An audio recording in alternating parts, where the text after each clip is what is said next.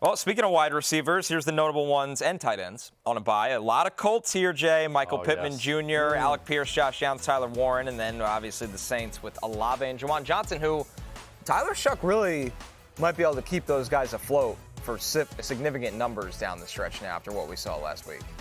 Yeah, Tyler Shuck is kind of exciting is a very strong word, but he's in the neighborhood of exciting, just being able to chuck it up. And then all of my Colts superstars are on a bye. Yeah. Pittman, Alec Pierce, I just feel like, and I'm waiting for the memo from the NBC brass, but I just feel like we haven't had nearly enough fun with Tyler Shuck's last name. Yeah, well, I just feel like there's I just think we should shuck around and find out. You understand what I'm talking about? I just think there's a lot of opportunity there. That's just something to think about for the regulars There's as a well. lot you can do with the Shucky child's play element. Yes. Yeah. My 5-year-old daughter yesterday asked me if we get a Chucky doll. That's terrifying. It's like, hope you said one, no. absolutely not. Two, how do you even know who Chucky is? I can answer the second question. Because I've had this conversation with her, and she's like, when Daddy is betting and not paying attention to me, then I just flip through the channels and I watch a lot of inappropriate content. And it's weird that she said the phrase inappropriate content. For a young lady, she's got a terrific vocabulary. Yeah, nice. Terrific vocabulary. Yeah, Midsummer, Friday the 13th. When she was here visiting last week, exactly. We had this whole conversation. Anyway, somehow Alec Pierce is still available in 57% of leagues. Yeah.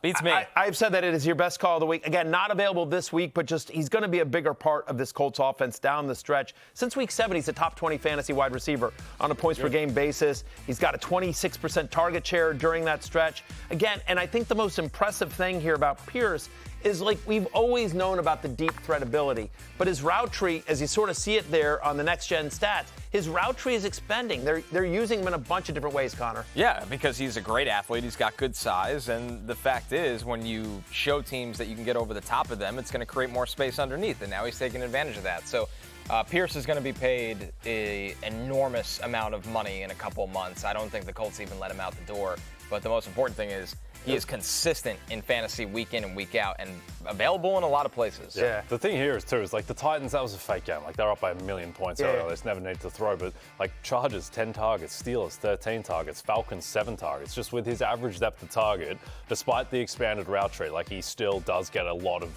work deep. So yeah, he's a legitimate wide receiver 1 for the Colts in real life. And I think a wide receiver 2 type in fantasy. I think it's on that wide receiver 2-3 border, just because the touchdown equity is a little tough with Jonathan Taylor going nuts, obviously Warren and Pittman being around the goal line. But when he's a free agent this year, do you think Alec Pierce will earn Shuck You money? Oh, yeah. Yeah. Okay. Yeah. What's the barometer for Shuck You money? It won't be child's play. 25 million a year? Yeah, something like that. Yeah.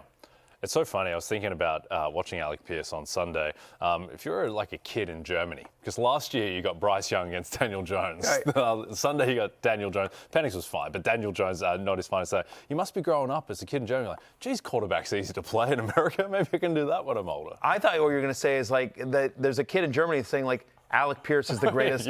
Thinks of Alec Pierce the way we think of like Randy Moss. That's exactly what came to my mind. Like, whoa, this guy's big, he can fly. Tyler Algier is LaDainian Tomlinson. Right, he's the greatest running back of all time. Yep. Yeah. There's a bunch of kids in overseas wearing Tyler Algier jerseys. Yeah, just running around. That would be unbelievable. Yeah. Oh, man. All right, Parker Washington is available this week, unlike Alec Pierce, who's on the bye. Not in our league. Yep, 59% available. He's got the Chargers. 7 targets last week, Matthew. The punt return touchdown. He caught a touchdown.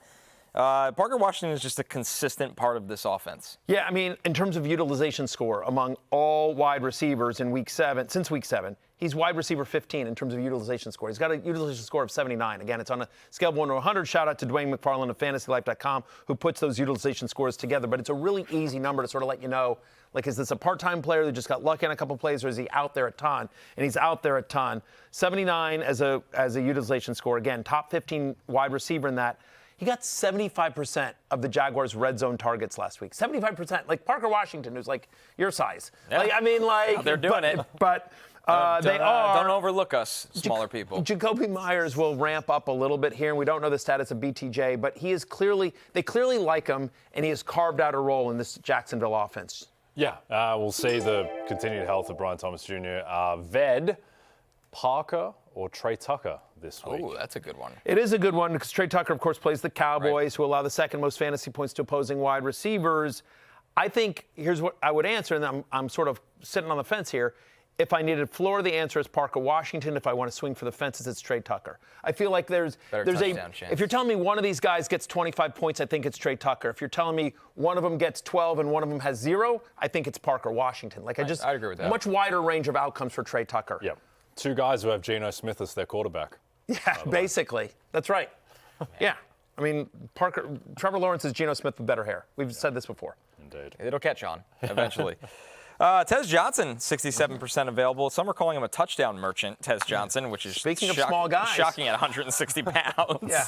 He's got the Bills. He had 5 targets, 4 catches, 42 yards, and 2 touchdowns last week. But, Jay, I think it's more so just that he has to be a part of this offense with all of the injuries to pass catchers they have. It's not like he's going anywhere right now. It helps as well that Luke Gedeke is back to give a bit more pass protection for deeper shots down the field.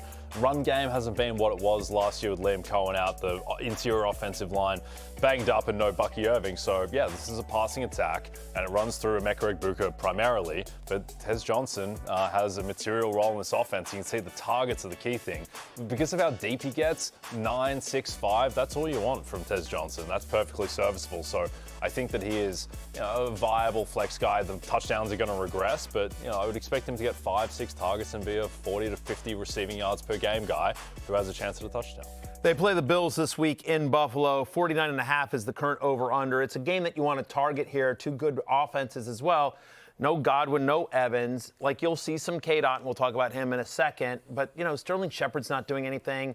And every once in a while, they'll throw Cameron Johnson out there. But it's a pretty good passing offense. Baker is one of the better quarterbacks in the NFL, and it literally is Emeka Egbuka and then Tez Johnson. Can you explain this Bills defense to me about why they looked amazing against Patrick Mahomes and then got torched by Tua Tagovailoa? Well, with Mahomes, they did a really good job of playing coverage and making him hold the ball, and there was just nowhere to go. Where with the Dolphins, it's the exact opposite. Everything, number one, Mike McDaniel is still one of the best run game coordinators in football. We can laugh at him, we can make jokes about him, people talking about him potentially being fired. He's one of the brightest minds at orchestrating a run game in football. Devon Achane went nuts against them, and the Bills are not good at the second-level tackling.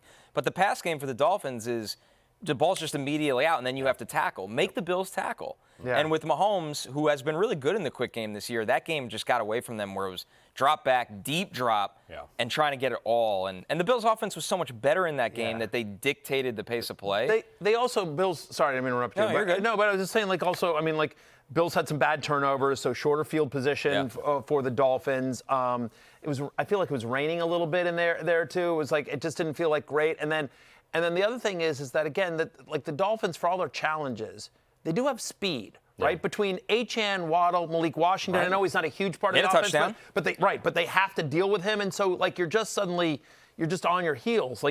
Especially if it's like slippery grass or whatever, they take one cut and you're done.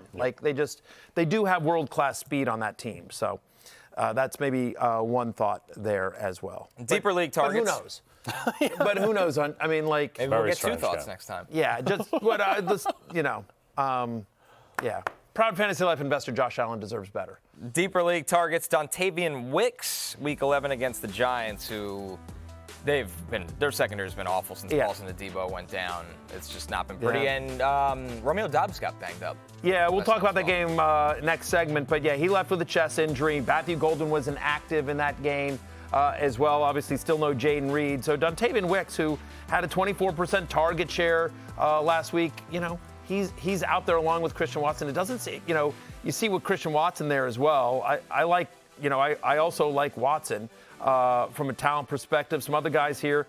DJ Moore got banged up. Luther Burden, 49% of the routes last week. That was a season high.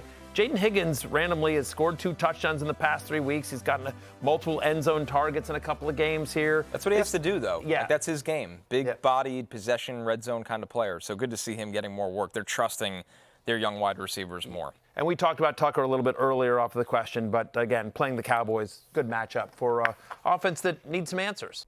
Hey, it's Matthew Berry from NBCSports.com and RotoWorld.com, and I want to thank you so much for watching whatever it is you just watched, or if nothing else, being too lazy to click out of the autoplay after this video started, after whatever it is you actually wanted to watch finished. But now that you're here, I'd like to take a moment here to ask you respectfully now, okay? I'm asking you respectfully to subscribe to the NFL on NBC YouTube channel. You'll get the latest Roto-World fantasy news headlines, all sorts of great shows, including my own Fantasy Football Happy Hour. So go subscribe now. Again, I'm asking respectfully.